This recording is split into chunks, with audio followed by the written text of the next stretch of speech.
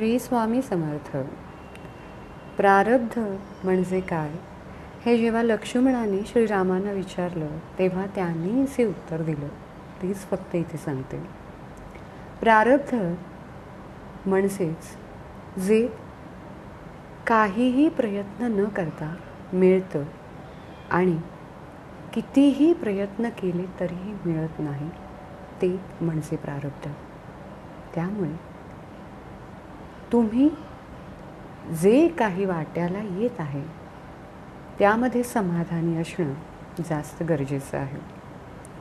त्यांना माहीत आहे तुम्हाला काय द्यायचं आहे, त्यांना माहीत आहे ती कोणती वेळ आहे, त्यांना माहिती आहे तुमचं हित कशात आहे, त्यांनाच माहीत आहे की तुमच्यासाठी काय चांगलं आहे आणि तुमच्यासाठी कोणाची संगत जास्त महत्त्वाची आहे.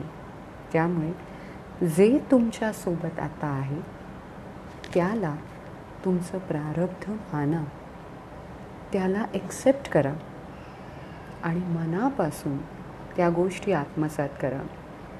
खूप चांगलं काही आपण करू शकतो, कारण महाराजांना फक्त आपल्याला चांगलंच द्यायचं आहे आणि म्हणून आपण त्यांचे फक्त धन्यवाद मानत राहायचे. श्री स्वामी समर्थ.